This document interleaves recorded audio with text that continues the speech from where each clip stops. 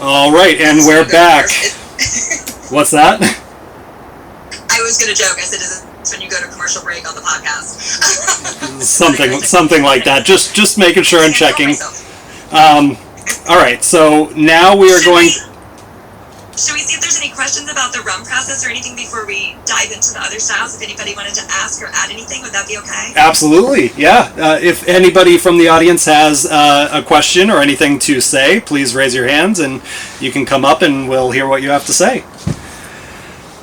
Yeah, if you missed it, I said I'm always interested in learning. Like, this does not need to be the Jaime Show just because my name is in the interview. If anybody has anything to add about global context of rum distillate or anything that would provide more insight into the conversation, please. I see one of my favorite people, Gail Seal, is down there making fabulous Barbadian rum, and so we talk about the styles of rum around the world being massively different and nuanced, and it's such a beautiful thing. So yeah, if anybody has any questions or anything to add or anything I got wrong, let me know. And if there isn't anything right now, obviously we're going to move on to a little bit of a darker rum, and then we have an actual dark rum that we're going to be going through tonight. So even in that conversation, if anybody wants to come up and ask a few questions, that's fine. Also, going once, going twice, no hands for white rum. Okay, moving on. All good. So right, I have. You want to lead? You want to tell me what you think? Have you had these yet? Or are you drinking them for the first No. This is trust me, it was difficult to try to hold back, but I didn't open the bottles. That's kind of like my thing on interviews with new spirits of any kind. I always try to hold back from tasting until the interview, because then I feel like it's that kind of, you get that whatever scenario where you're just like, you can never replace the first time trying something. So with all senses. So this is the first time I've had the white rum. The taste is excellent. The smell, like I said, from me, I'm just starting to kind of dive into the more elegant, worldly rum category. So when I put it to the nose for the first time, I did initially get kind of like that tequila-esque essence, even though I know that it's not tequila related, but I did pick up on that a little bit, and then once you talked me through the process and everything, it all makes sense. So now moving on to the Sailor's Reserve, which is what I have, the middle of the barrel as far as maybe certainly color. I don't know if you would say quality or flavor or taste or anything like that. I'm sure it's probably much different from the white rum. Is this more of like a spiced rum? No. So okay, the Sailor's is trip, right? Everything's trip.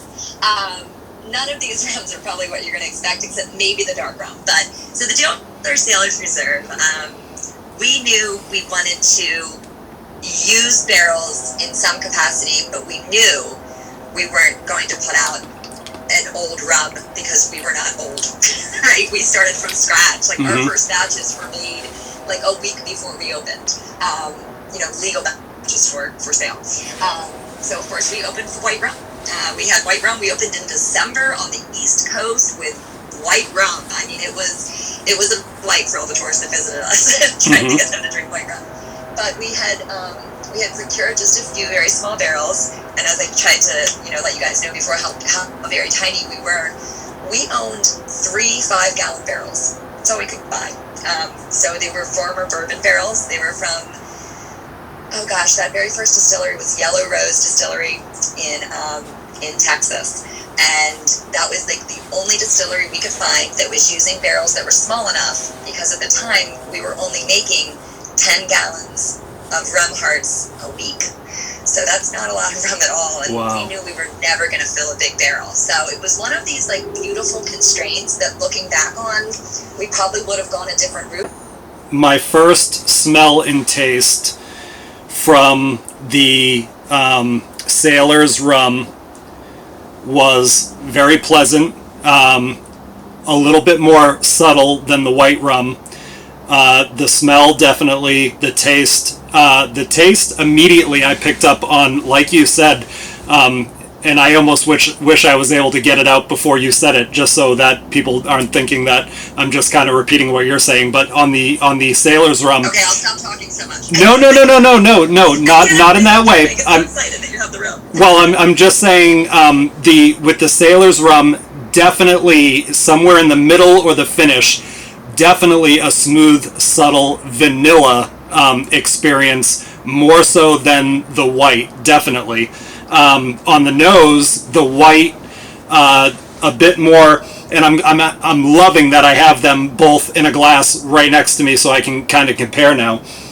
The white, like you said, it has that kind of tequila-y essence to it. The Sailor almost does not. I think, like you said, with aging and refining and just maturing a little bit in the process, you said that it didn't transform into anything else, but I would almost say that it is significantly different than the white in a mature way, not like in a completely different spirit. But no, I know exactly what you mean, because what happens is with the white rum, you get that, what we said people call tequila, it's grassy, right? It's really grassy, it's very fresh, it's robust, it tingles your smell, right? But with the Sailors, what happens is the barrel, it dampens that, it tempers it down a little bit, it softens the robustness, but it's still youthful. So someone who is used to drinking a 4-year or 8-year or 12-year rum will absolutely pick up how close this is to white rum, our white rum, as opposed to how close it would be to a 4 or year longer version of itself. There's just certain flavors that develop over time that are notable for someone who loves pure aged rums. The problem is a lot of aged rums are also blended with sweeteners and spices, so it's kind of hard. Not everyone knows what a properly pure aged rum smells and tastes like. And so Sailor's is kind of in a class all its own because of that, because it has nothing added.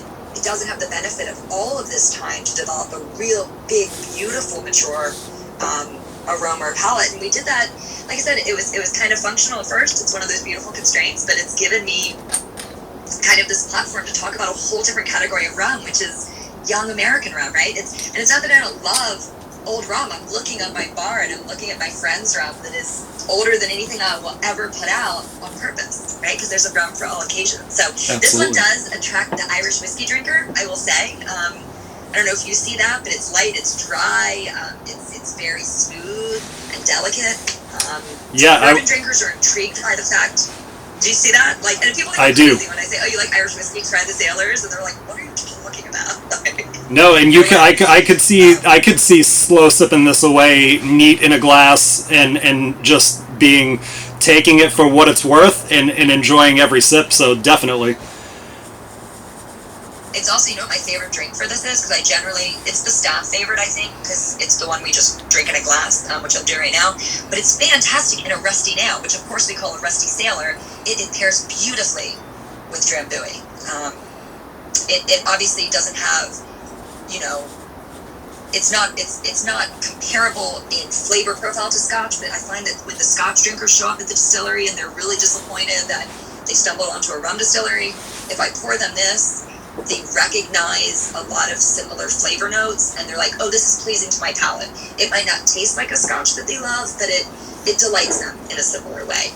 Absolutely. Because it's dry, because there's a hint of smokiness, like just a little, right? Like just a little molasses smokiness at the end. But I love this rum, and I've spent 7 years defending the fact that it's not older than it is. And I think now finally people will stop asking me because they get that, like, this is what I'm into. And it's okay, right? It's not for everybody. We don't even make a lot of it. It's one of those that's not even available in some of the states that we distribute to. Call you on that is because a lot of rums can be really thick and weird. Wow. You can have a lot added to them. And so there can be a very low proof, a very heavy viscosity. Some people might love it, but for people that are trying to approach rum, they're not always sure what they're going to get. And so, when we use words like butterscotch or caramel or maple syrup, it's not just a flavor, but it's also a feeling. But at the same time, I love that you compared it to food, because often when I'm trying to bring people over into the rum category, if they say, I don't like rum, I've tried rum, I'm not into it.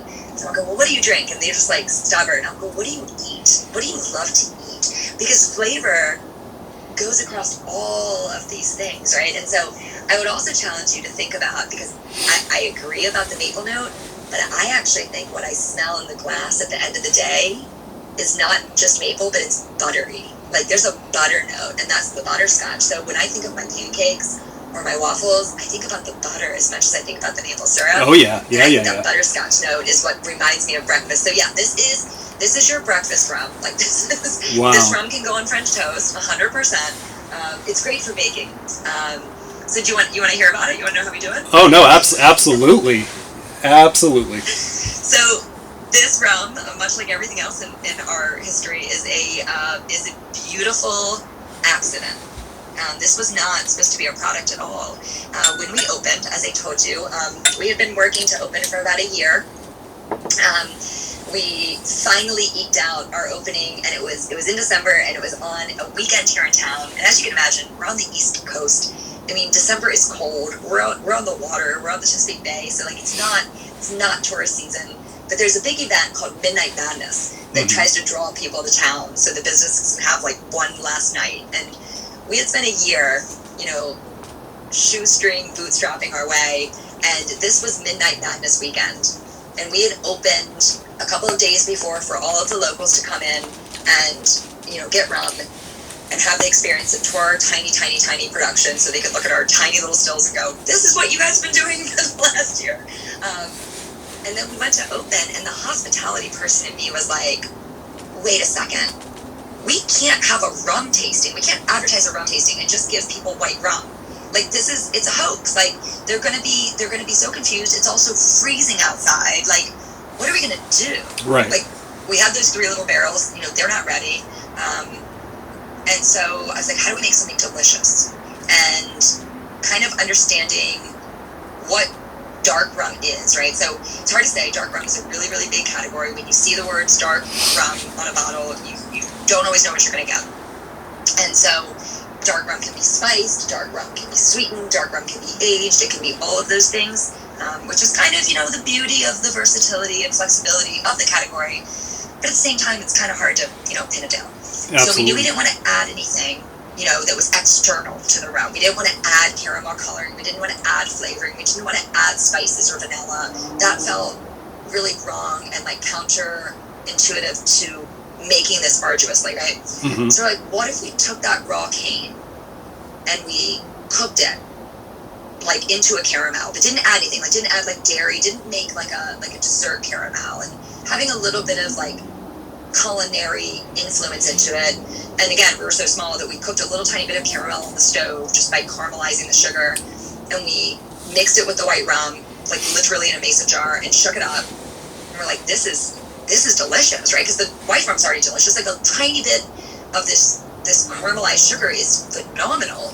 And black rum originally was white rum with a little bit of molasses added back to it, and there's this technical thing in rum where you can add up to 2% of the original ingredient modified back into the final product, blah blah blah blah, boring regulations. And we were like, what if we make the caramel? If we make the caramel, it's going to taste so much better than caramel flavoring. So we did it, and we called it seasonal rum, and we put it out for that weekend, and people lost their minds. This was also 280 batches ago, and 8 years ago, so it was not as amazing as what is in your and my glass today, because we've made now 300 batches of caramel.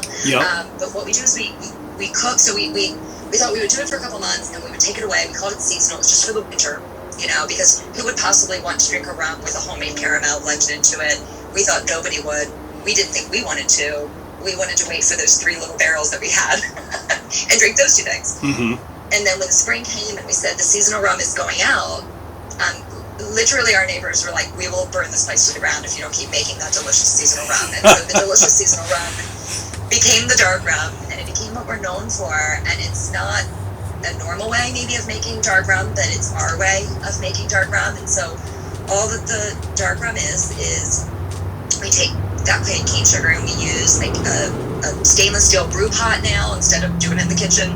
We put it over an induction burner. We slowly sit with this for a few hours, and we let it caramelize, and it starts to bubble, and it starts to smoke, and it starts to get just to the point where it might burn if you're not paying attention. Yep.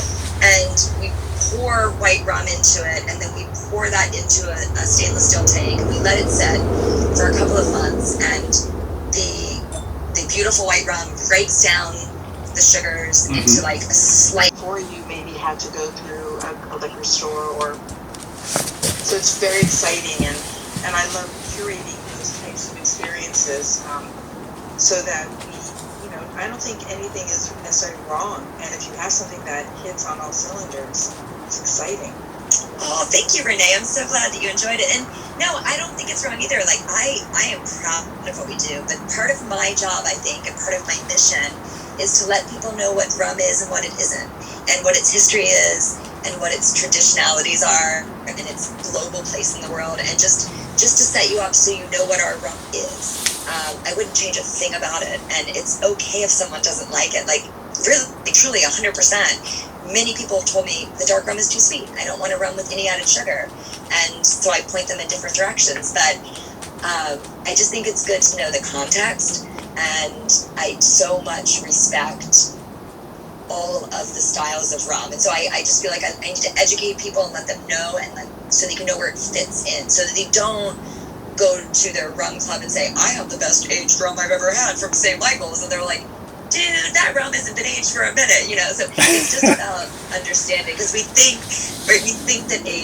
that flavor comes from age only, or that if it's sugary and syrupy and borderline low proof, then that's when sugar's been added. And I just like to let people know that there's something in between. Like, there's something, there's a lot in between, really. I can tell you that what I'm going to do with it is, in my old fashioned, since I like a rye old fashioned, I'm going to use your dark rum instead of the simple syrup, and I'm going to let you know how that comes out. That sounds excellent. My rum loves to play with other. Later on tonight, I think I'm a big fan of just a nice, easy sipping rum and Coke, so I might, or not with Coke, rum and Pepsi. I like to finish the night off like that some nights, so I'm thinking the dark rum in a Pepsi with a little bit of ice is going to be the way I think I end up finishing my night tonight. Andrew, welcome to the show. You have a question? Hey everybody, how's it going there? Very good, sir. Yeah, I have a bit of a comment and a question, I guess. First of all, I'm a little bit jealous because you guys are trying this stuff, and I'm intrigued, and my mouth is watering. Andrew, it's not fair. This is really unfair, and I don't approve of the fact that everyone doesn't have the rum, just for the record. So, in a perfect world. I live in South Florida. How can I get some? Do you guys ship? Is it available in certain stores down here? And one thing I know, when I'm at a bar and I can't make up my mind on what it is I want to drink, my go-to is a rum and Coke. So I'm a big rum fan, and I want to try all of them. Absolutely. Andrew, the best thing that happened in 2020 was we got a Florida distributor. So we are now available all over the great Sunshine State. And also, we have a third-party company that ships, ironically, from Florida to 40 states. So just message me. I'll find the store that's closest to you, so you don't have to do so much legwork. I'm so excited because there are so many rum lovers in Florida, and I spent half of my childhood in Kissimmee, Florida. So Florida is definitely a huge part of my heart. So yeah, and my go-to when I can't make up my mind is a rum old-fashioned. So I appreciate the rum love. Thank you. Awesome. I'll message you. Thank you very much. Any other comments, questions out there before we wrap it up for the night? Well, I think I have a closing question, if I may. Absolutely. Jaime, what are you excited about that you're experimenting right now? You don't have to disclose all the deeds, but something you're working on right now that you're really excited about? Yeah, little sneak peek.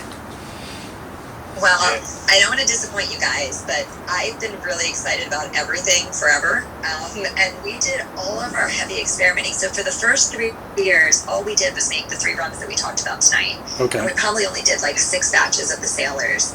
And then around right at the end of year 3 is when I started hiring really, really brilliant, wonderful people that had no background in distilling, but so much enthusiasm and so much passion and loved our rum. And together we've created the beautiful line of liqueurs that we're going to talk about next time. And we do some seasonals. You mentioned coconut earlier. I spent 4 years telling people that we were never going to make coconut rum because we were super serious about rum. And then my sister, who is my partner in every day at the distillery, she was like, I have an idea for a really good coconut rum. And I was like, no, we can't do a coconut rum. We're very serious about rum. And she's like, listen, if we hand toast the coconut and we infuse it into the rum and we do it as good as we do everything else, it'll be the best. So we now do a coconut rum, and we're super serious about coconut rum. And so we've just started coconut season here at the distillery, which is relentless toasting and infusing of coconut rum. So we've kind of, not to disappoint, but we've done our experimenting. We know what we love making. What I'm excited about now is finding a way to responsibly grow this wonderful little company that we have to be more sustainable, to spend our time and energy refining everything that we make to be better stewards of the industry, of the environment. It's not a sexy new release, but we want to go solar. We want to recycle more water. We want to be better people in this industry and as manufacturers. So we don't have a ton of new release products, but we have a ton of new ideas about how we make our products. This is what I love. I hope that this is something that outlives me. This is what I love doing. So I had a conversation with a very good friend, Juan, that we shared the other day about the fact that a lot of startup distilleries in the last 10 years, or maybe even in the last 5 or 3 years, they're viewed a lot in the same way that tech companies are viewed. Like, how do you want to scale? How do you want to grow? How do you want to exit? And we've never wanted to grow except to meet the needs of people that wanted our rum. We have no desire to scale because it would change what we do. And I never want to exit this because it's what I love. So we just want to keep spreading the rum love, and I want to keep learning. So that's not exactly an answer, but I'm sure there will be something that we release that I didn't expect, because my team has great ideas, and if they have an idea, I have a habit of saying yes. So I have no idea what will be next. Absolutely, perfectly said.